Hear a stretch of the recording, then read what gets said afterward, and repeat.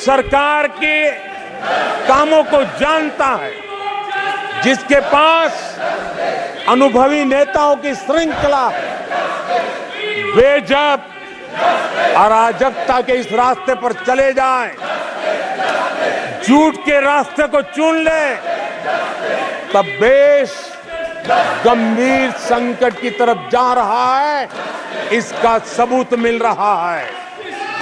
आदरणीय सभापति जी, सदन की गरिमा से खिलवाड़,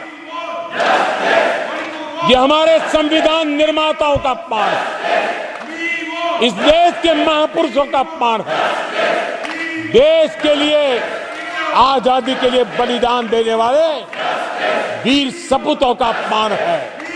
और इसलिए आदरणीय सभापति जी, मैं जानता हूं आप बहुत सहृदयी हैं, आप उदार मन के मालिक हैं, आप संकट के समय भी हल्की फुल्की मीठी मुस्कान के साथ चीजों को झेल लेते हैं।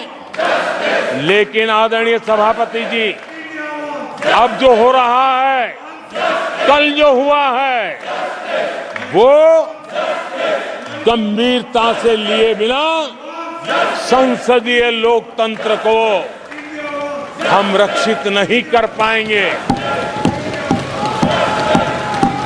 आदरणीय सभापति जी, इन हरकतों को बालक बुद्धि कह करके, बालक बुद्धि मान करके हम नजरअंदाज नहीं करना चाहिए, कतई नजरअंदाज नहीं करना चाहिए।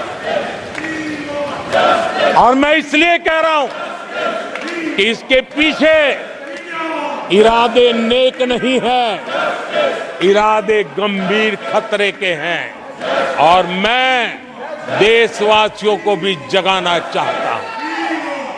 आदरणीय सभापति जी, इन लोगों का झूठ हमारे देश के नागरिकों की विवेक बुद्धि पर आशंका व्यक्त करता है।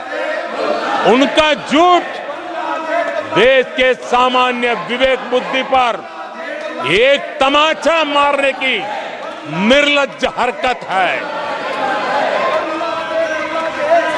आदरणीय सभापति जी, ये हरकतें देश की महान परंपराओं पर तमाचा है।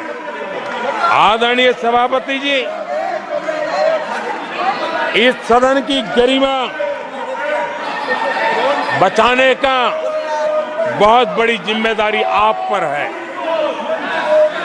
सदन में शुरू हुई झूठ की परंपरा पर कठोर कार्रवाई करेंगे, ये देशवासियों की भी और इस सदन की भी अपेक्षा है। आदरणीय सभापति जी, कांग्रेस ने संविधान और आरक्षण पर भी हमेशा झूठ बोला है। आज मैं 140 करोड़ देशवासियों के सामने सच्चाई रखना चाहता हूं, बड़ी नम्रता पूर्वक रखना चाहता हूं।